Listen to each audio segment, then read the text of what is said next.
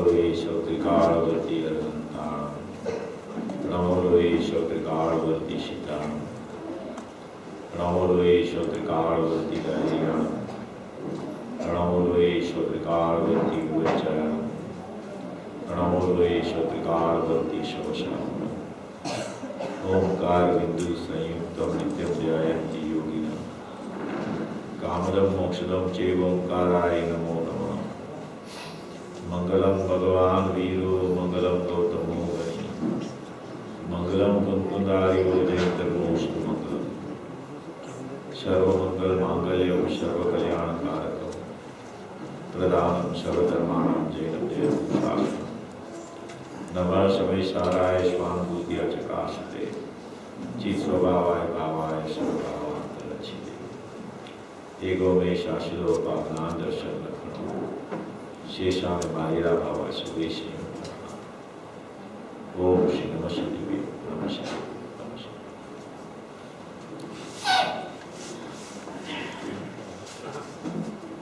प्रवचन सार परमागम की 172 गाथा, इसका आलिंग्रहण का 20 बोल है।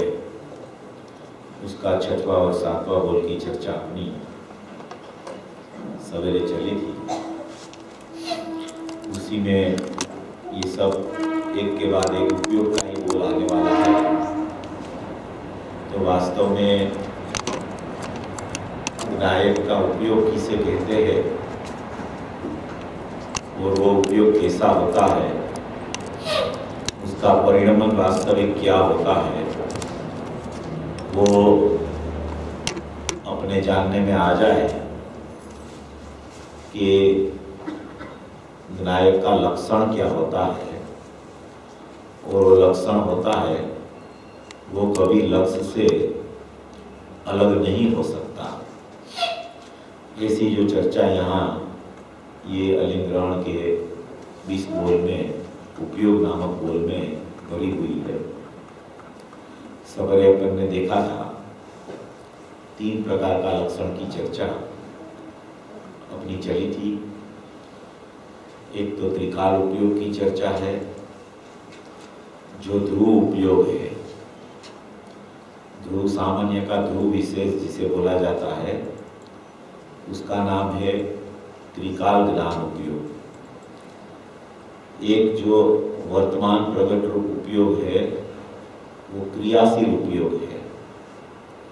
ये जो ध्रुव उपयोग है वो निष्क्रिय उपयोग है। ये जो प्रकट व्यापार रूप उपयोग चलता है उसमें क्रिया होती है, उसी में वेदन होता है, उसी में अनुभूति होती है। ये एक क्रियाशील उपयोग है। और वो क्रियाशील उपयोग में जो अपना त्रिकाल उपयोग और त्रिकाल उपयोगवान को जो पहचान लेता है उसको शुद्ध उपयोग प्रकट हो जाता है। ये चर्चा अपनी सवेरे चली थी। उसमें पूज्य बेंसरी का जो 105 नंबर का बोल था वो अपन को मिल नहीं रहा था, वो अभी बता रहा हूँ आपको। उसमें पूज्य गुरुदेव श्री ने स्पष्टीकरण किया है। वो 99 पेज पे है भैया, अमृत प्रवचन भाग 2 और पेज नंबर 99 है। आप देख लो, मिल जाए तो। तो मैं इसमें से पढ़ के यहाँ से भी बता दूंगा, कोई बात नहीं। 1 मिनट। हाँ, तो ये जो 3 प्रकार के लक्षण किए गए हैं, उसमें एक ध्रुव उपयोग है, एक वर्तमान उपयोग है और एक वर्तमान उपयोग का शुद्ध रूप परिणमन है, उसको शुद्ध उपयोग बोला जाता है। देखो ये उपयोग जो है ना, वो उपयोग सदाई निरपेक्ष रहता है। उसको किसी की अपेक्षा लागू नहीं पड़ती। शुद्ध उपयोग जब प्रकट होता है तो भी जब शुद्ध उपयोग प्रकट होता है तब उसका मुख द्रव्य तरफ चला जाता है। अशुद्ध उपयोग भी जो कहा जाता है वो भी स्वतंत्र रूप से उसका मुख पर तरफ चला गया है, इसलिए अशुद्ध उपयोग उसका नाम बोला जाता है। वास्तव में अशुद्ध उपयोग कहा जाता है वो अशुद्धता की जो उपाधि उपयोग को लगाई जाती है वो आश्रव की अपेक्षा है। उपयोग ना तो शुद्ध होता है ना तो अशुद्ध होता है, उपयोग तो उपयोग ही होता है। उपयोग हमेशा निरपेक्ष रहता है। उपयोग शुद्ध होता है, उसका अर्थ ये है कि उसने वो उपयोग ने उसका मुख जो है वो स्व की तरफ किया है, बस इसलिए उसका नाम फिर गया है। उपयोग तो उपयोग ही है, वो उपयोग निरपेक्ष है, उपयोग को कोई अपेक्षा लागू नहीं पड़ती। उपयोग अपनी सत्ता में अपने स्व क्षेत्र में ही रहता है। शुद्ध उपयोग होता है तो वो द्रव्य की सामने मात्र देखता है। द्रव्य की सामने देखता है, उसका भी मतलब ये है, ऐसा आता है ना कि उसका मुंह फिर गया, इस तरफ मुंह था इस तरफ हो गया, ऐसा कुछ नहीं होता है वहां। उपयोग पर तरफ गया तो पर तरफ की मुंह, पर तरफ की उसकी दिशा हो गई, स्व तरफ की दिशा हो गई, ऐसा उपयोग में कुछ नहीं होता है। उपयोग नियम से उपयोग रूप ही रहता है। उपयोग में एक स्वतंत्र प्रणय अभिप्राय बदलता है वो उपयोग का कि मैं ज्ञायक भाव हूं, तो बोला जाता है कि ये उपयोग ने अपना मुंह ज्ञायक की तरफ फिरा दिया। जिसके उपयोग में ऐसा अभिप्राय नहीं बनता है उसको ऐसा कहा जाता है कि ये उपयोग ने परसन्मुखता कर ली। वास्तव में उपयोग उपयोग नहीं रहता है। स्वसन्मुखता, परसन्मुखता, ये सब जो कहा जाता है वो सब आश्रव की अशुद्धता और संवर की शुद्धता की अपेक्षा से उपयोग के नाम कहे जाते हैं। उपयोग तो उपयोग ही है और वो उपयोग उपयोगवान का लक्षण है, बस इतना है। वो उपयोग को इसी तरह से देखना पड़ेगा। वो उपयोग में कोई उपाधि कभी लागू नहीं पड़ती। ज्ञेय पदार्थ की तो उपाधि आती ही नहीं उसमें, क्योंकि उससे तो वो पृथक ही है। मगर ज्ञायक के साथ उसको जोड़ना ऐसा भी सचमुच उपयोग का परिणाम नहीं है। उपयोग में ही अपना एक अभिप्राय बन जाता है कि मैं शुद्ध हूं, मैं ज्ञायक हूं, मैं परिपूर्ण हूं, मैं चैतन्य तत्व हूं, मैं उपयोगवान हूं। उसी का नाम शुद्ध उपयोग है। शुद्ध उपयोग के लिए कहीं उसको अभेद होना पड़े, उधर जाना पड़े, ऐसा नहीं होता है। फिर भी बात सब आती है। नायक के साथ उपयोग अभेद हो गया, परिणामी में अपरिणामी आ गया, परिणाम में अपरिणामी नहीं रहता, परिणाम का भेद तो पर द्रव्य पर स्वभाव है इसलिए उसमें अपरिणामी नहीं रहता, मगर परिणाम जब परिणाम जाता है तब उसमें अपरिणामी है, ऐसा भेदन आता है। ये सब बात है। उसका मर्म ये है कि आप उसकी डेप्थ में जाके वो उपयोग को देखो तो आपको पता चलेगा कि उपयोग तो उपयोग रूप ही है और वो उपयोग लक्षण है। वो लक्षण है, वो अंशी का अंश है, वो स्वभाव का अंश है। वो स्वभाववान जो अपना त्रिकाली द्रव्य है उसका जो स्वभाव है उसको अंश रूप उपयोग बोला जाता है। वो अंश रूप उपयोग है, वो स्वाभाविक लक्षण है। वो उपयोग में आप कोई भी उपाधि नहीं लगा सकते। उपाधि आप कोई भी लगा दो तो वो उपयोग उपयोग नहीं रहता, वो उपयोग का पलटन हो गया। इसलिए वास्तविक स्थिति ये है कि ऐसा जब निरपेक्ष उपयोग को देखना जीव सीख जाता है तो वही निरपेक्ष उपयोग में निरपेक्ष तत्व विराजमान है। कोई सापेक्ष उपयोग में निरपेक्ष तत्व विराजमान हो ही नहीं सकता। निरपेक्ष तत्व में निरपेक्ष द्रव्य विराजमान है, ऐसा जब पता चलता है, ऐसा स्वीकार आता है, उसका नाम सापेक्ष उपयोग हो गया। क्या समझे? निरपेक्ष उपयोग है, उसमें निरपेक्ष तत्व विराजमान है, उपयोग में उपयोगवान विराजमान है। माने कि स्वभाव का अंश में अंश ही विद्यमान है, ऐसा जिसको ख्याल में आ जाता है उसको सदुपयोग हो जाता है। सदुपयोग हुआ माने कि वो द्रव्य और पर्याय का भेद विकल्प छूट गया, भेद भेद रूप रह गया, भेद का विकल्प छूटता है। भेद अभेद नहीं होता है कभी, द्रव्य द्रव्य रूप रहता है, पर्याय पर्याय रूप रहती है, मगर पर्याय में जो ये मैं द्रव्य हूं, ये मैं द्रव्य हूं, ये मैं द्रव्य का लक्ष्य करता हूं, मैं द्रव्य की सम्मुख होकर परिणमता हूं, ऐसा जो भेद रूप विकल्प चलता था वो विकल्प टूटता है, और वो विकल्प टूटता है उसका नाम कहा जाता है कि पर्याय ने द्रव्य के साथ अभेद होके अनुभूति कर ली।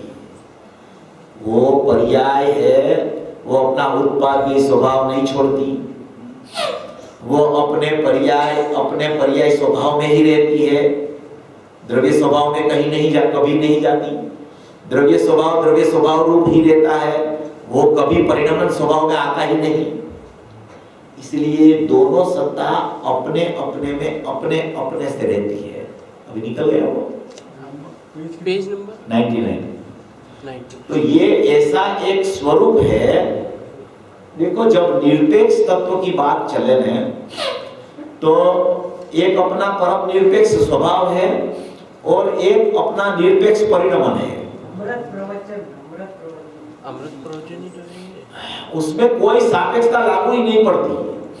वेद श्री का वचनामृत के ऊपर प्रवचन है, अमृत प्रवचन भाग 2 पेज नंबर 99। इसमें ऐसा लिखा है, वो 99 पेज पे वो अपनी दो उपयोग की बात चलती है ना, वही बात है। इसको पहले अपन इसमें से पढ़ लेते हैं। पर्याय को करे तो नहीं, मगर जानने का काम तो करे नहीं। ये प्रश्न किया गया है पूज्य गुरुदेव श्री को। पूज्य वेद श्री का 105वां बोल है, ज्ञायक को परमार्थ से कोई पर्याय का वेश नहीं है और ज्ञायक को परमार्थ से कोई पर्याय की अपेक्षा नहीं है। ये जो बात आती है उसमें एक प्रश्न किया गया कि पर्याय को करे नहीं मगर पर्याय को जानने का काम तो करे नहीं, ऐसा प्रश्न किया गया वहां पे। तो पूज्य गुरुदेव श्री का जवाब है, वो मैं पढ़ लेता हूँ। अपनी चर्चा तो इसके ऊपर हो गई है, मगर इसको पढ़ने से ज्यादा ये चर्चा का वजन आता है, दृढ़ होती है ये चर्चा। जानने का काम तो पर्याय करे, जानने का कार्य, जानने की क्रिया, जानने का परिणाम वो तो पर्याय में होता है। जानना स्वभाव द्रव्य का है, जानने का परिणाम पर्याय में चलता है।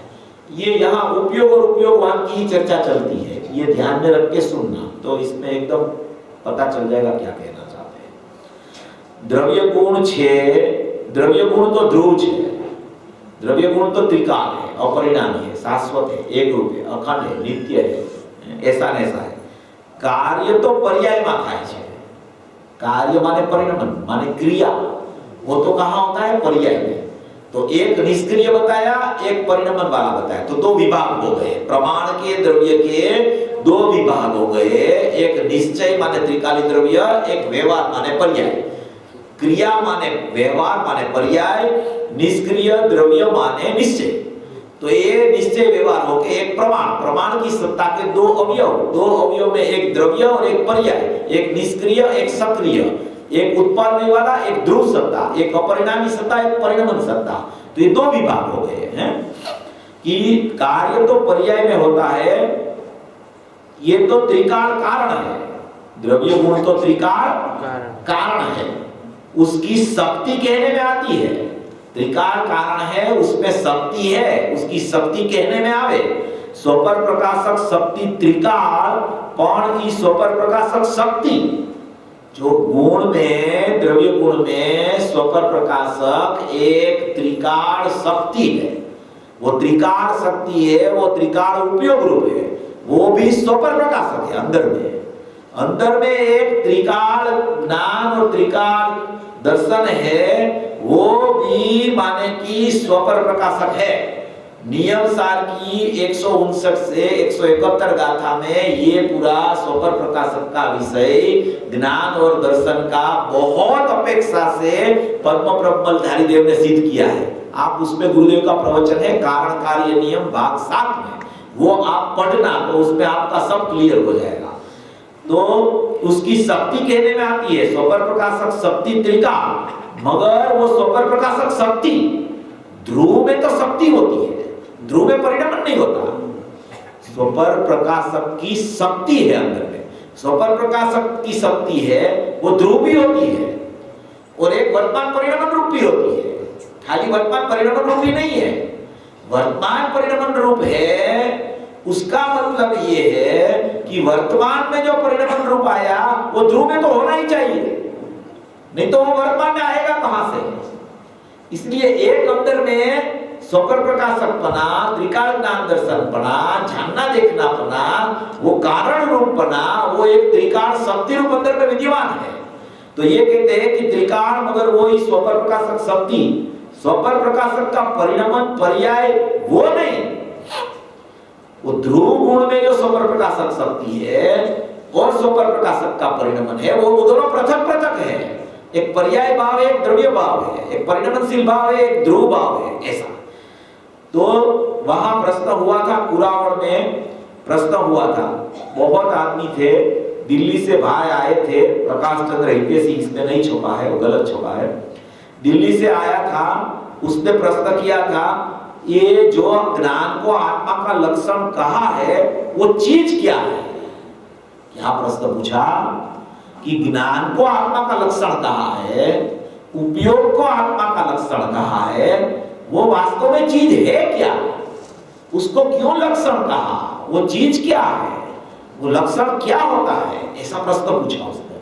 तो ये पूज्य गुरुदेव का जवाब है लक्षण કહ્યું છે એ બે પ્રકારે કહ્યું છે। देखो दो प्रकार के लक्षण यहाँ बताए, अपन ने 3 प्रकार लिया, इसमें 2 प्रकार आए, तीसरा प्रकार फल रूप है, 2 प्रकार मूल रूप है, समझे।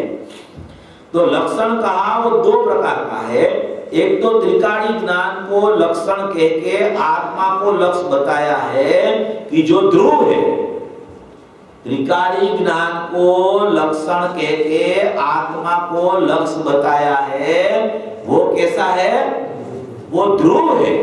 ध्रुव का लक्षण कैसा होता है, तो ध्रुव का लक्षण ध्रुव, ध्रुव सामान्य, उसका लक्षण ध्रुव विशेष, तो ध्रुव का लक्षण ध्रुव होता है। तो ध्रुव का लक्षण ध्रुव होता है, वो द्रव्य की सत्ता की बात है, द्रव्य गुण की सत्ता की बात है, त्रिकालता की बात है। कोई लक्षण किसी का अभेद का लक्षण अभेद होता है, वो अभेद का लक्षण अभेद कैसा होता है, तो कि ध्रुव का लक्षण ध्रुव होता है, कारण का लक्षण कारण पड़े रहता है। तो यहाँ कहते हैं एक तो त्रिकाली ज्ञान ने लक्षण कहीने आत्मा लक्ष्य बताव्યો છે કે જે ધ્રુવ છે, નિયમ સારમાં ત્રિકાળી જ્ઞાન ધ્રુવ તેને લક્ષણ કહ્યું છે અને આત્મા લક્ષ્ય એટલું સમજાવ્યું છે। ये नियम सार का प्रकरण है। आप नियम सार में 3री गाथा, 7वीं गाथा, 9वीं 10वीं गाथा, माने कि 11वीं 12वीं गाथा, 13वीं गाथा और 15वीं गाथा, ये पूरा विषय ये त्रिकाल में, त्रिकाल का जानना देखना क्या है उसका विषय है। उसमें 3री गाथा में लिया शुद्ध ज्ञान चेतना परिणाम, 7वीं गाथा में लिया कारण परमात्मा, 9वीं गाथा में लिया कारण शुद्ध जीव, 10वीं गाथा में लिया चैतन्य अनुविधायी परिणाम, 11वीं 12वीं गाथा में लिया स्वरूप प्रत्यक्ष ज्ञान, 13वीं गाथा में लिया कारण दृष्टि, 15वीं गाथा में लिया पूजित पंचम भाव की परिणति, वो कारण शुद्ध पर्याय। ये जितनी जितनी गाथा 3री गाथा से चली है उसमें सब में त्रिकाल का लक्षण, त्रिकाल कैसा है उसकी चर्चा पद्म प्रबलधारी देव ने की है। उसमें ऐसा आया 3री गाथा में कि नियम से प्रकट करने योग्य कोई भी जीव का कार्य है तो कौन सा है, तो उसने कहा कि नियमेन तज्जम सम्यक दर्शन ज्ञान चारित्राणी मोक्ष मार्ग, वो नियम से करने योग्य कार्य है तो वहां से पद्मप्रबलधारी देव ने ये निकाला कि कार्य जहां होता है तो उसका कारण होना चाहिए। तो कार्य का कारण क्या है? तो उसने शुद्ध ज्ञान चेतना परिणाम उसका कारण है, जो ध्रुव में गर्भित पड़े हैं। वो शुद्ध ज्ञान चेतना परिणाम कारण बनता है, तो सम्यक दर्शन ज्ञान चारित्राणी मोक्ष मार्ग का कार्य आ जाता है।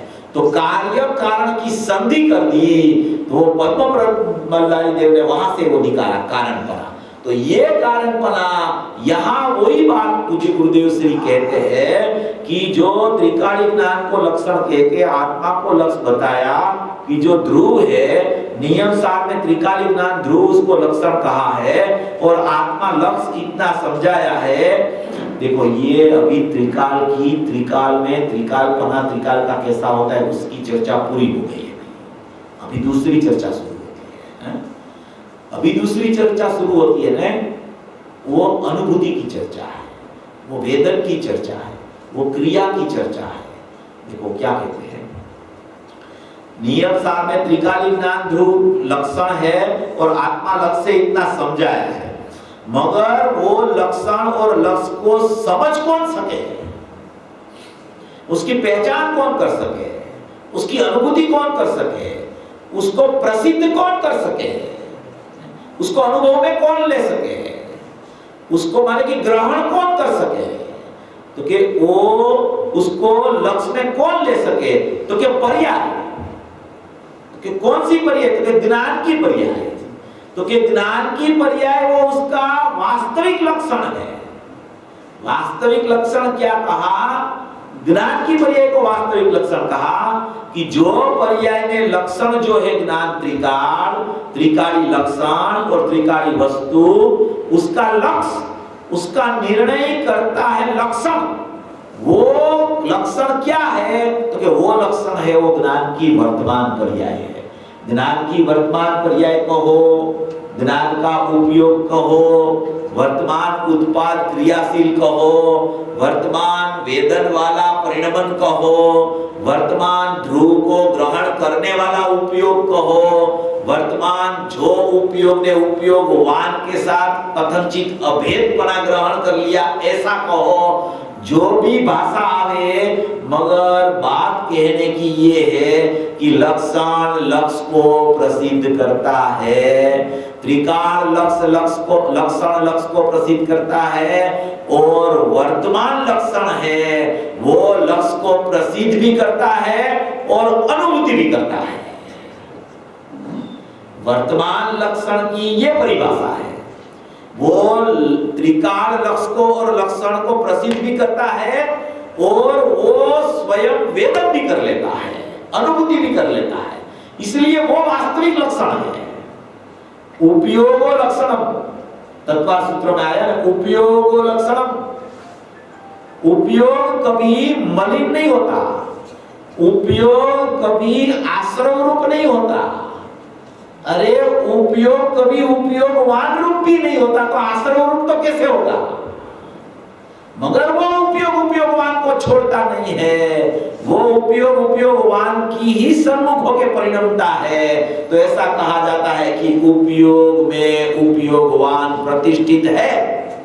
प्रतिष्ठित करना नहीं है उसको किसी को, उपयोग में उपयोगवान प्रतिष्ठित ही है, ऐसा स्वीकार करना है उसको, बस ये यहां कहना चाहता है। ये अभी ये एक बात हुई त्रिकाल लक्षण और वर्तमान लक्षण। यहां क्या कहा कि वास्तविक लक्षण कौन सा है, तो कि वास्तविक लक्षण ज्ञान की पर्याय है, ऐसा कहा ना। अभी मैं आपको दूसरी बात एक बताना चाहता हूं, आप मत निकालना, मैं बताता हूं यहां से। एक जो है वो कलश टीका का 140 नंबर का कलश है, उसमें मुझे गुरुदेव श्री ने स्पष्टीकरण किया है, वो भी मैं आपको बताता हूं। कलश 140 नंबर का कलश है, उसपे राजमल जी साहब ने मति श्रुत अवधि मन पर ये केवल वो पांचों ज्ञान का विशेष है, ज्ञान सामान्य है, ये पांचों ज्ञान का विशेष है। मति ज्ञान, श्रुत ज्ञान, अवधि ज्ञान, मन पर ज्ञान, केवल ज्ञान, सब पांचों ज्ञान का विशेष बोला और विशेष होने से उसको भेद बोला। क्या बोला? विशेष होने से उसको भेद बोला। ये हेमचंद जी साहब को तो सब मुंह पे रहता है, उनको सब मालूम है। विशेष होने के लिए उसको, भेद होने के लिए उसको विशेष बोला है। तो राजमल जी साहब की ये शैली है कि वो भेद को झूठा ही कहे, झूठा है, झूठा है, क्योंकि मति श्रुत झूठा है, अवधि मंत्र ये झूठा है, केवल ज्ञान झूठा है। क्यों झूठा है? भेद है इसलिए। केवल ज्ञान की पर्याय नहीं है ऐसा नहीं है, ऐसा मत समझना। झूठा है माने कि है ही नहीं ऐसा नहीं है, मगर यहाँ दूसरा सिद्ध करने की बात है। कोई भी भेद होवे ने, वो भेद को झूठा कहने का व्यवहार है। तो मति श्रुत अवधि मन पर ये केवल सबको वहां 140वें कलश में राजमल जी साहब ने ज्ञान सामान्य की अपेक्षा से ज्ञान के जितने भेद पढ़ते हैं उसको झूठा कह दिया है। तो वहां प्रश्न किया गया, श्रोता ने प्रश्न किया, गुरुदेव का प्रवचन चलता था, तो 3 बार प्रश्न किया श्रोता ने कि आप ये बार बार झूठा झूठा झूठा कह रहे हो, झूठा कह रहे हो। तो भाई अनुभूति तो श्रुत ज्ञान में होती है, उसको हम झूठा कैसे कहें? तो क्या नहीं नहीं अनुभूति ज्ञान में होती है, गुरुदेव बोलते हैं।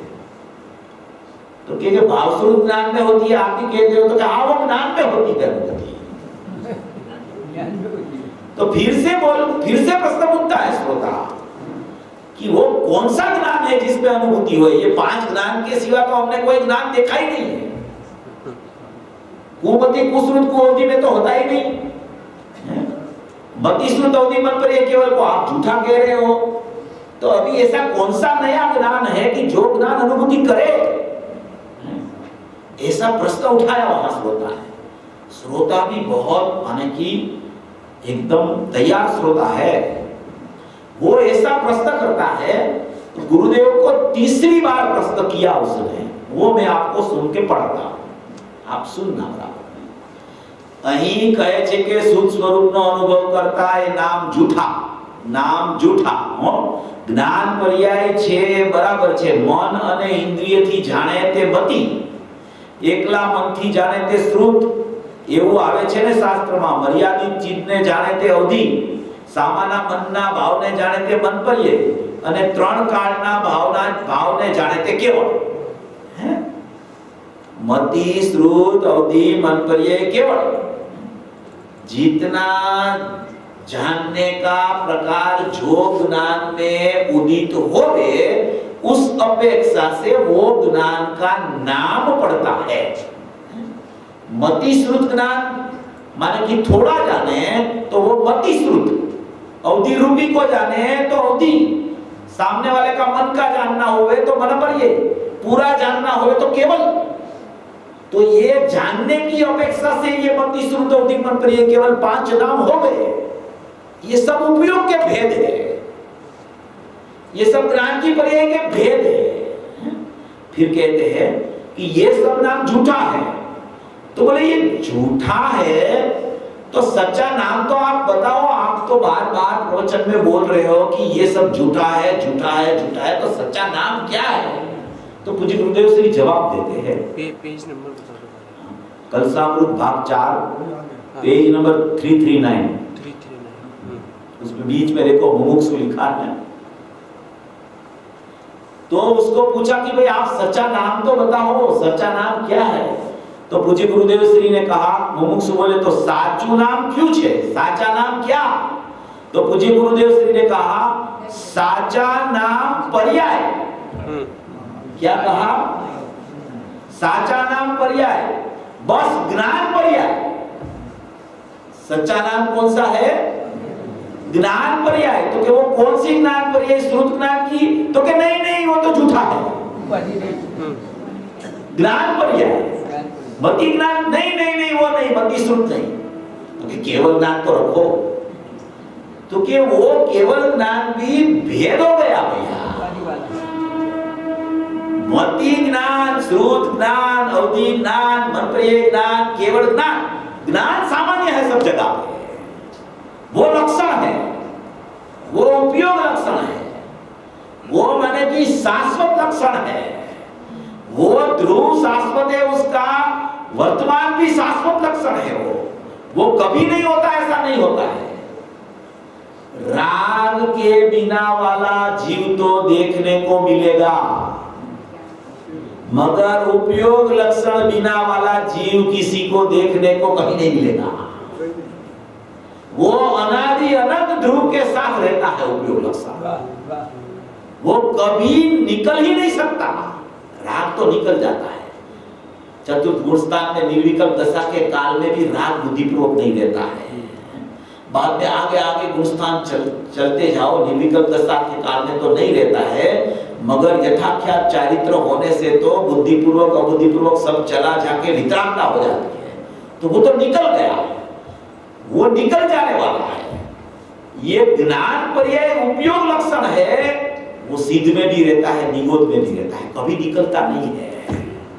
इसलिए यहां कहा कि सच्चा नाम ज्ञान पर्याय, ज्ञान गुण की है इसलिए ज्ञान पर्याय, ज्ञान गुण की है इसलिए ज्ञान पर्याय, त्रिकाल ज्ञान गुण है उसकी ज्ञान पर्याय है, वो ही सच्चा लक्षण है जीव का।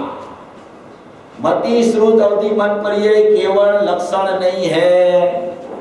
तो कि भाई ऐसा कहते हो तो अनुभूति तो श्रुत ज्ञान में ही होती है, अनुभूति तो भाव श्रुत ज्ञान में ही अनुभूति होती है ना। ऐसा ही कहते हैं ना कि भाव श्रुत ज्ञान के द्वारा आत्मा का अनुभव हुआ,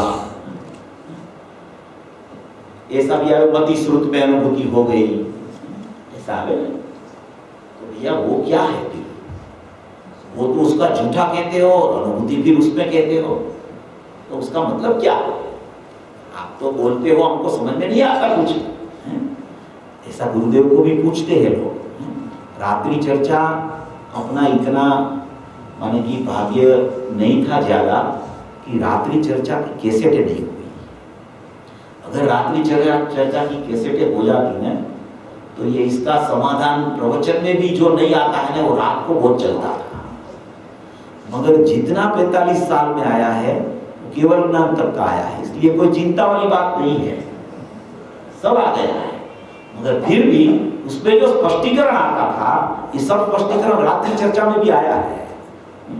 क्योंकि बहनें को माने कि बहनें तो जा नहीं सकती थी रात्रि चर्चा में, इसलिए गुरुदेव को भी कभी कभी विकल्प होता था कि रात को ये चला था, ये बहनों ने तो सुना नहीं होगा, इसलिए सवेरे भी ये ले लेते, इसलिए ले लेते थे सवेरे। तो यहाँ कहते हैं ज्ञान गुण की है इसलिए ज्ञान पर्याय। इसमें बहुत से भेद है, एकांत से ऐसे मानने के कोई ज्ञेय ही नहीं है, वो तो अलग बात है, इसमें अपने को कोई काम नहीं है। और ज्ञेयाकार ज्ञान परिणमते है मगर व्यवहार है, मगर ज्ञान ज्ञान रूपे होता है। उसको नाम देना कि इसको जाने इसलिए मति, इसको जाने माटे श्रुत, ये नाम नहीं है, वो नाम ही झूठा है। अभी भावश्रुत ज्ञान में अनुभूति होती है तो वो भावश्रुत ज्ञान में अनुभूति, अभी भावश्रुत ज्ञान तो है ही नहीं ना। अभी भावश्रुत ज्ञान है भैया, जिसको अनुभूति नहीं है उसके पास भावश्रुत ज्ञान तो नहीं है। और श्रुत ज्ञान को तो झूठा कह रहे, झूठा कह रहे हैं श्रुत ज्ञान को, तो वो भावश्रुत बनेगा कैसे? वो कोई चिंता वाली बात नहीं है। उपयोग लक्षण है तेरे पास ज्ञान की पर्याय है, तो उसको मति श्रुत से ही क्यों देखता है? तो उससे ज्ञान को देखने भाई, ज्ञान का अंश से देख, ज्ञान का स्वभाव से देख, ज्ञान का क्रियाशील परिणाम स्वभाव है उससे देख कि ज्ञान पर्याय ज्ञान पर्याय ज्ञान पर्याय ज्ञान पर्याय लक्षण है और ज्ञायक है वो लक्ष्य है। ऐसा तो ज्ञान पर्याय को ऊर्ध्व करने अनुभूति के लिए, वो उपयोग लक्षण है, वो ज्ञान पर्याय है, वो में ज्ञायक हुए से परिणमी, उसी का नाम भावश्रुत ज्ञान है। भावश्रुत ज्ञान अहम करने के लिए नहीं जाता, समझना, क्योंकि भावश्रुत ज्ञान तो अभी है नहीं, ज्ञान तो है। तो ज्ञान ऐसा कहता है कि मैं ज्ञायक हूं, मैं ध्रुव हूं, मैं परिपूर्ण हूं, मैं चैतन्य सत्ता हूं, उसी का नाम पड़ जाता है भावश्रुत ज्ञान। तो कहा जाता है कि भावश्रुत ज्ञान में अनुभूति हुई। वो जितनी जितने ज्ञान के भेद है ना, वो सब कर्म सापेक्ष है, और उपयोग है ना, वो निरपेक्ष है, वो निरुपाधिक है, वो सापेक्ष नहीं है, वो स्वाभाविक है, वो लक्ष्य का लक्षण है, और ये सब अलक्ष्य है। लक्ष्य का लक्षण होता है वो लक्ष्य को प्रसिद्ध कर सकता है, जो लक्ष्य का लक्षण नहीं होता वो लक्ष्य को प्रसिद्ध नहीं कर सकता। और लक्षण होता है, लक्षण किसे कहते हैं, सदा लक्ष्य के साथ रहता है, मति श्रुत लक्षण नहीं है, क्योंकि केवल ज्ञान होने पर चला जाता है। केवल ज्ञान लक्षण नहीं है, क्योंकि अभी नहीं है, अभी मति श्रुत है। इसलिए मति श्रुत अवधि मन पर ये केवल है, वो लक्षण नहीं है। उसमें जो ज्ञान है वो ज्ञान लक्षण वाला आत्मा है, वो ज्ञान लक्षण से नायक की पहचान होती है। ऐसा ये उपयोग लक्षण यहाँ आया जो 7वें बोल में, वो उपयोग लक्षण है। वो उपयोग लक्षण से उपयोगवान की पहचान होती है। देखो यार, एक दृष्टांत है, दृष्टांत सूर्य है ना, सूर्य। अभी ऐसा लगता है ना कि भाई उपयोग लक्षण से आत्मा की पहचान हो जाए, मगर उपयोग लक्षण की पहचान कैसे करनी, ये भी एक प्रश्न होता है कि हमें तो ये राग दिखता है, हमें तो संसार दिखता है, हमें तो ये देवलालिका माने कि स्वाध्याय होल दिखता है।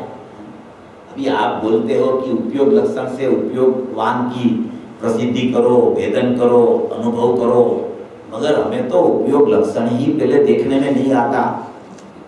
हम कहाँ से उसको पकड़ के अनुभूति करें, ऐसा प्रश्न खड़ा होता है ना। तो ये है ना, ये देखो, ये उपयोग लक्षण है ना, वो जागरूक लक्षण है, प्रति समय मौजूद है। उसकी पहचान ऐसे होती है कि सूर्य है ना, सूर्य, अभी सूर्य है तो समझ लो कि आप सब लोग, आप सवेरे 5 बजे उठ के जैसे रास्ते पे वॉक करने चले गए, तो अभी तो प्रकाश बिल्कुल नहीं है, बहुत अंधकार है, बहुत अंधकार है। अभी वो अंधकार में तो आपको कुछ दिखता नहीं है। अभी आप चलते चलते चलते थोड़ा टाइम हुआ तो थोड़ा सा प्रकाश आया वहां पे, तो आपको एकदम रोड दिखने लगा। अभी पहले रोड इतना नहीं दिखता था, अभी रोड दिखने लगा। तो वो पहले की पर्याय में नहीं दिखता था, वर्तमान पर्याय में दिखने लगा। तो परिवर्तन क्या हुआ वहां, परिवर्तन कुछ हुआ है ना, कुछ परिवर्तन हुआ है। तो परिवर्तन क्या हुआ कि सूर्य का प्रकाश का किरण निकला है वहां से। तो वो किरण आया है रोड पर, तो अभी रोड नहीं दिखता था, वो उसको ऐसा लगता है कि अभी रोड दिखने लगा मेरे को, समझे? अभी दिखता क्या है सचमुच में, सूर्य का किरण दिखता है, उसको ऐसा लगता है कि रोड दिखता है। तो क्या ऐसा नहीं, ऐसा रखो कि सूर्य का किरण में रोड दिखता है, ऐसा रखो, कोई बात नहीं, वो रखने में कोई प्रॉब्लम नहीं है, वो तो ऐसा ही है। मगर पहले तो ये रख कि सूर्य का किरण है, अभी वो किरण है, वो किससे अनन्य है कि वो सूर्य से अनन्य है वो। तो क्या अभी सूर्य नहीं दिखता है, मैं सवेरे किरण दिखता है तब, मगर वो सूर्य नहीं दिखता है मगर किरण दिखता है, तो उसको पता चल जाता है कि ये किरण आया तो सूर्य तो है ही, वो लक्षण लक्ष्य को ही प्रसिद्ध करता है, वो किरण अपनी सत्ता को प्रसिद्ध करता है। ऐसे ये ज्ञान की पर्याय, ज्ञान का उपयोग, भले नायक न दिखे अभी, मगर ज्ञान की पर्याय तो ख्याल में आती है ना, जानना जानना जानना जानना। जैसे सूर्य का प्रकाश ख्याल में आता है, सूर्य ख्याल में नहीं आता है, ऐसे ही ज्ञान की पर्याय ख्याल में आती है, उपयोग लक्षण ख्याल में आता है, उपयोगवान ख्याल में नहीं आता है।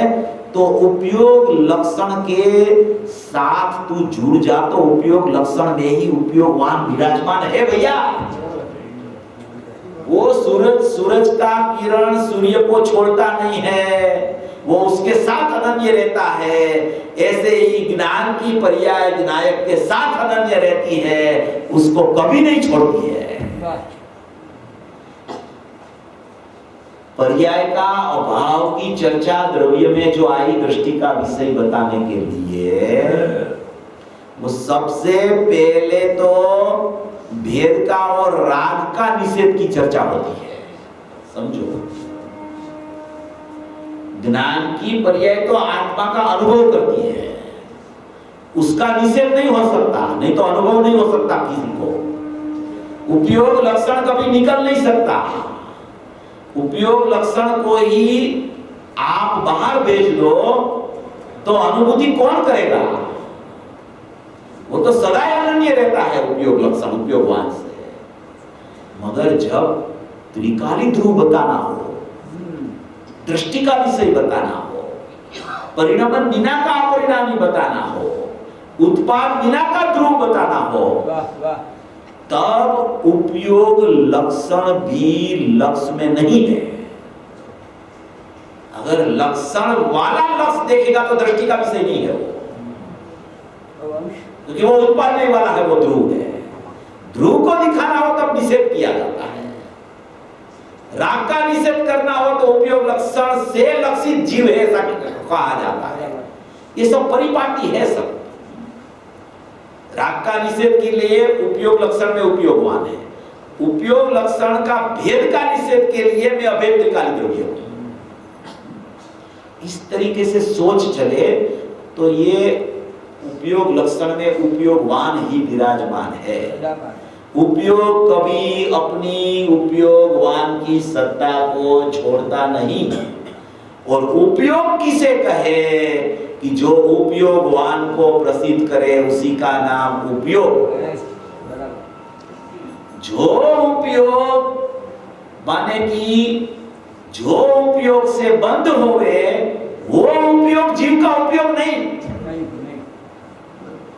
जो उपयोग में दुख दिखे वो उपयोग जीव का उपयोग नहीं। जो उपयोग में उपयोगवान दिखे वो उपयोग जीव का। इसी को बोला जाता है कि उपयोग की सत्ता ज्ञेय पदार्थ का अवलंबन नहीं लेती, उपयोग की सत्ता ज्ञेय में से आती नहीं, उपयोग की सत्ता का कोई हरण कर सकता नहीं, उपयोग की सत्ता में कोई दूसरा राग आदि का किरण विद्यमान होता नहीं। ऐसे ये 5 बोल 7, 8, 9, 10, 11 आएंगे। इस सभी बोल में ये बात है। उपयोग एक समझ लो तो उपयोगवान की दृष्टिपूर्वक ज्ञान भी हो जाता है और उपयोग लक्षण भी समझ में आता है, और बाकी के जो ज्ञेय पदार्थ है उससे एकदम वो पृथक हो जाता है। उपयोग लक्षण एक ऐसा है, वो ऐसी ढाल रख के बैठा है, बिल्कुल किसी को प्रवेश नहीं करने देता अंदर। ज्ञायक में तो प्रवेश राग का नहीं होता, मगर उपयोग लक्षण में राग का प्रवेश नहीं है। ऐसी वो एक माने कि ढाल रख के बैठा है वो उपयोग। वो उपयोग में उपयोगवान है, वो उपयोग में ज्ञेय नहीं है, वो उपयोग में राग नहीं है, वो उपयोग में पर पदार्थ नहीं है, वो उपयोग में लोकालोक नहीं है, वो उपयोग में उपयोगवान है। ऐसी मेरी सत्ता है, ऐसा मेरा स्वभाव है, ऐसा मेरा स्वरूप है, ऐसा मेरा चैतन्य तत्व है, ऐसा ही मेरा परिणाम चल रहा है। उपयोगवान की सन्मुखता वाला ही उपयोग का परिणाम चले, वही सचमुच मेरा उपयोग है। उसके अलावा जितना उपयोग कहा जावे, अशुद्ध उपयोग कहो, विभाव रूप उपयोग कहो, वो उपयोग मेरा चैतन्य का परिणाम ही नहीं है, क्योंकि वो मुझे प्रसिद्ध नहीं करता। इसलिए जो मुझे प्रसिद्ध करे वो उपयोग मेरा। कोई पुत्र हो ना, पुत्र अभी वो पिता को प्रसिद्धि न करे तो उसको पुत्र कौन कहे? पिता को प्रसिद्धि न करे तो उसको पुत्र कोई कहे? ऐसे ही उपयोग नाम का पुत्र उपयोगवान को ही प्रसिद्ध करे, उसी का नाम तो उपयोग है। ऐसी सत्ता है, ऐसा स्वरूप है, ऐसा परिणमन है। तो एक 93 कलश है इसमें, कलश टीका में 93 नंबर का कलश।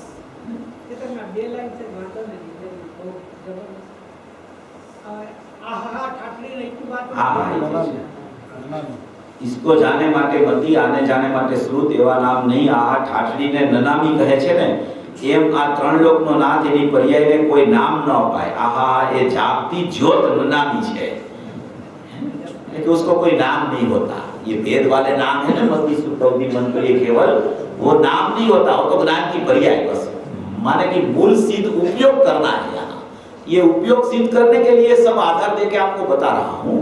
आप 93 कलश निकालोगे, 93 कलश है, उसमें भी ये बहुत अच्छी बात है। ये देखो अभी ये 93 कलश में मूल में निकालो, मूल निकालो, वो उसमें प्रवचन में भी मूल होगा, कलश आ जाएगा। देखो उसमें है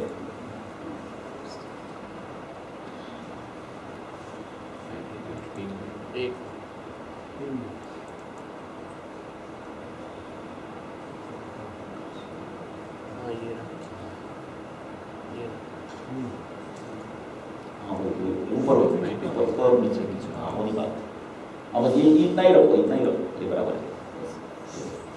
देखो इसमें भावार्थ आम छे के कितना भी लाइन है, 1 2 3 4 5 6 7वीं लाइन होगी। भावार्थ आम छे के मिला, भावार्थ आम छे के जेटला नहीं छे तेटला श्रुत ज्ञान रूप छे, क्योंकि नहीं तो श्रुत ज्ञान नहीं होती है। मति श्रुत अवधि मन पर ये केवल उसमें श्रुत ज्ञान में ही नहीं होती है, और अनंत नहीं और नयों का समूह को श्रुत प्रमाण कहा जाता है। तो वो श्रुत ज्ञान रूप नहीं है, वो तो श्रुत ज्ञान रूप है। श्रुत ज्ञान परोक्ष है और अनुभव क्या है, प्रत्यक्ष है। इसलिए श्रुत ज्ञान के बिना पढ़ना बराबर एकदम, ये लाइन महत्व की है। श्रुत ज्ञान के बिना जो ज्ञान है, श्रुत ज्ञान बिना का जो ज्ञान है, श्रुत ज्ञान बिना जो ज्ञान है, वो प्रत्यक्ष अनुभवता है। ये उपयोग लक्षण है। श्रुत की उपाधि निकाल दो। हाँ, श्रुत की उपाधि निकाल। श्रुत ज्ञान के बिना जो ज्ञान है, उसमें प्रत्यक्ष अनुभव होता है। वो प्रत्यक्ष अनुभव हुआ ज्ञान में एक नायक का, तो ऐसा कहा जाता है कि भाव श्रुत ज्ञान में अनुभूति हुई, उसका नाम भाव श्रुत ज्ञान पड़ गया। श्रुत की उपाधि को बात करो तो ज्ञान बचता है, वो ज्ञान में अनुभूति होती है, वो निरपेक्ष ज्ञान है।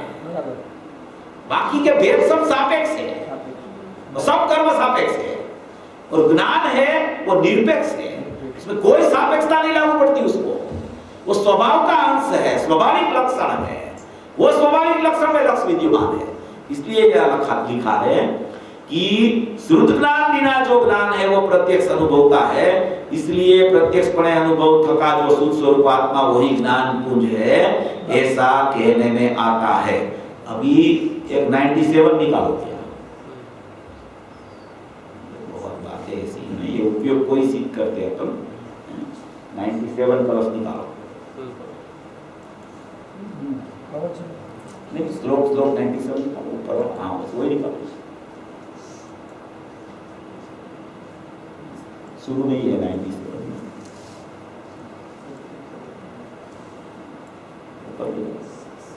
हाँ बस यही।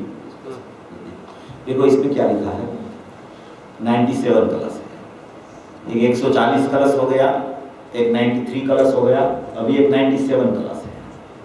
खंडान्वय सहित अर्थ सूक्ष्म द्रव्य स्वरूप दृष्टि से ज्ञान गुण और मिथ्यात्व रूप, मिथ्यात्व रागादि रूप चिकास एमनामा एकत्वपणु નથી। ज्ञान गुण ની વાત છે અહીંયા, ज्ञान गुण और मिथ्यात्व रागादि रूप चिकास।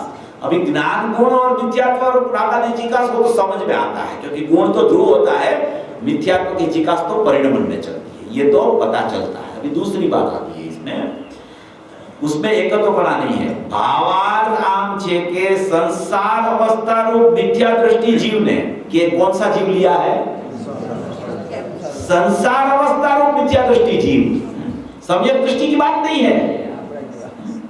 संसार अवस्था रूप मिथ्या दृष्टि जीव को ज्ञान गुण भी है और रागादि चिकास भी है, ये भी बात समझ में आती है। मिथ्या दृष्टि के पास ज्ञान गुण है और रागादि चिकास भी है, वो तो बराबर है।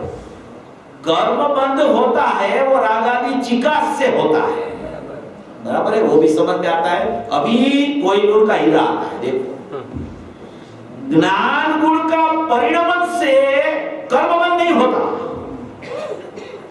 वो ज्ञान गुण का परिणमन क्या है? उपयोग लक्षण, वो ज्ञान की पर्याय है, वो स्वभाव है, वो स्वभाव का अंश है, उससे बंध नहीं होता।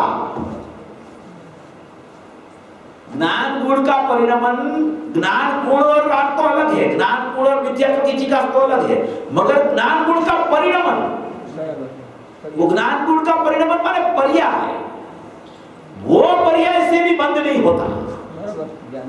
पर्याय का परिणमन ज्ञान ज्ञान ज्ञान ज्ञान ज्ञान ज्ञान ज्ञान ज्ञान ऐसे चलता है, उससे बिल्कुल बंध नहीं होता। राग आदि की चिकास और मिथ्यात्व से बंध हो तो हो, ज्ञान की पर्याय से बंध नहीं होता। जो पर्याय बंद करे वो पर्याय मेरी नहीं, जो पर्याय अबद्ध स्वभावी हो वो पर्याय मेरी, जो पर्याय मुझे प्रसिद्ध करे वो पर्याय मेरी, जो उपयोगवान की घोषणा करे वो उपयोग मेरा, जो उपयोग लोकालोक की पहचान कराने चला जाए, संयोग की पहचान कराने चला जाए, ज्ञेय की पहचान कराने चला जाए, वो उपयोग मेरा नहीं है। इतनी ही रमत है उपयोगवान और उपयोग की, बस जैन दर्शन इतना है, सीधा सरल बस। वो उपयोग स्वपर प्रकाशक है, इसलिए वो उपयोग में सब पूरी अनंत गुण की अनंत पर्याय, लोकालोक, संयोग सब झलकता है। इसलिए एक पर्याय और एक द्रव्य, एक ज्ञान की पर्याय स्वपर प्रकाशक और एक ज्ञायक भाव ध्रुव त्रिका, इतने में पूरा विश्व भी आ गया, पूरा जगत आ गया, पूरा जैन दर्शन आ गया। ज्ञायक भाव और ज्ञान की पर्याय का स्वभाव रूप परिणमन, स्वपर प्रकाशक स्वभाव, इतना जिसको पता चलता है उसका उपयोग उपयोगवान की तरफ चला जाता है, तब बोला जाता है कि भाव श्रुत ज्ञान की प्रगटता हो गई। ऐसी ये सब चर्चाएं है, माने कि उपयोग को किस तरीके उसकी पहचान करना। सब बोले कि मेरे पास उपयोग है, उपयोग लक्षण है, मैं तो उपयोग में उपयोगवान है। गुरुदेव बोले तो सब बोलने भी लगे हैं? गुरुदेव बोले ना तो उसका सुन के बोलने लगे, आपस में चर्चा भी करने लगे, मगर गहराई से नहीं सोचे, उसके डेप्थ में नहीं जावे कि सचमुच में ये है क्या और मेरे में वो कैसे चल रहा है। सबसे पहले स्वार्थी होना सीखो, स्व का अर्थी हो जाओ, सब पे से दृष्टि हटा दो, ज्यादा चर्चा में भी मत उलझो। ज्यादा चर्चा करने के लिए भी अगर जीव प्रवृत्तिशील हो गया ने तो वो संग है ने, वो असंगी को छोड़ता है। असंगी को छोड़े ने वो संग कुछ काम का नहीं। मेरा संग तो मेरे असंगी के बिना किसी से होना ही नहीं चाहिए। ऐसा माने की समझ करनी चाहिए, ऐसी दृष्टि बनानी चाहिए, ऐसा उपयोग बन जाना चाहिए कि कुछ भी होवे मेरे को मेरे आत्मा के सिवा कोई प्रयोजन ही नहीं है। मैंने जन्म यहाँ मनुष्य गति में मैं आया हूँ, इसीलिए मेरा जन्म यहाँ हुआ है। पूज्य गुरुदेव श्री तो बहुत बोलते हैं, 110 नंबर का गाथा है नियम सार की, आप सुनना उसका प्रवचन। नित्य निगोद वाला जीव भी परिणमन करने के लिए लायक है, अभवी जैसा नहीं है वो। तो तू तो यहाँ तक आया, सच्चे देव शास्त्र गुरु मिले, सच्ची देशना तुझे माने कि तीर्थंकर भगवान का उपदेश कुंकुद आचार्य ने ग्रहण किया, कुंकुद आचार्य ने पंच परमागम लिखे और पूज्य गुरुदेव श्री कहते इतना स्पष्टीकरण हो गया 45 साल तक, तो तुझे तो कितनी तेरी निधि मिलने का पुरुषार्थ करने की स्थिति प्रकट होनी चाहिए। नित्य निगोद वाला जीव भी अभवी जैसा नहीं परिणमन कर सके ऐसा नहीं है, तो तू तो यहां तक आ गया। अभी तुझे इसकी चिंता माने कि इसकी तरफ तेरा वर्ण क्यों नहीं होता, हमें तो आश्चर्य होता है। ऐसा कहा है वो प्रवचन में कि ऐसा तुझे क्यों नहीं होता, ऐसा तुझे क्यों ख्याल नहीं आता। अमित गति आचार्य योग सार में कहते हैं कि प्रकाशक का जो प्रकाश है, सूर्य का जो प्रकाश है, वो प्रकाश का प्रकाश्य तो प्रकाशक है, उसका प्रकाश्य घटपट नहीं है। और हमें पता है कि वो प्रकाश प्रकाश्य को ही प्रकाशक की तरह प्रसिद्ध कर रहा है। ऐसा हमें दिख रहा है कि तेरा उपयोगवान को प्रसिद्ध कर रहा है और तू स्वीकार नहीं करता है, हमें आश्चर्य होता है। ऐसा लिखा है उसने अमित गति आचार्य। हमें तो आश्चर्य होता है कि हमें दिखता है कि तेरा ज्ञान तेरे नायक को प्रसिद्ध कर रहा है और तुझे स्वीकार क्यों नहीं आता, हमें आश्चर्य होता है। ऐसा लिखा है। ऐसी बातें है, उपयोग कभी उपयोगवान को छोड़ता ही नहीं। निगोद वाला जीव है, उसका भी उपयोग ने अपने उपयोगवान को छोड़ा नहीं है, उसको स्वीकार नहीं है, क्योंकि कथनचित अनन्यपना कभी वो ज्ञान और नायक का छूटता नहीं है। जैसा नायक है वैसा ही ज्ञान है, इसलिए उसको कथनचित अनन्य माने अनन्यपना नहीं होता है। वहां जैसा नायक है ऐसा ज्ञान है, इसके लिए उसको दोनों एक सरखा है ऐसा कहा जाता है। उत्पाद और ध्रुव में माने कि वो उत्पाद वाला है, ये ध्रुव है, मगर वो जैसा नायक है ऐसा ही उसका अंश है, इसलिए उसको कथनचित अनन्य कहने में आता है। ऐसा उपयोग और उपयोगवान का स्वरूप समझकर सभी भवी जीव अपना मोक्ष मार्ग में प्रयाण करे, ऐसी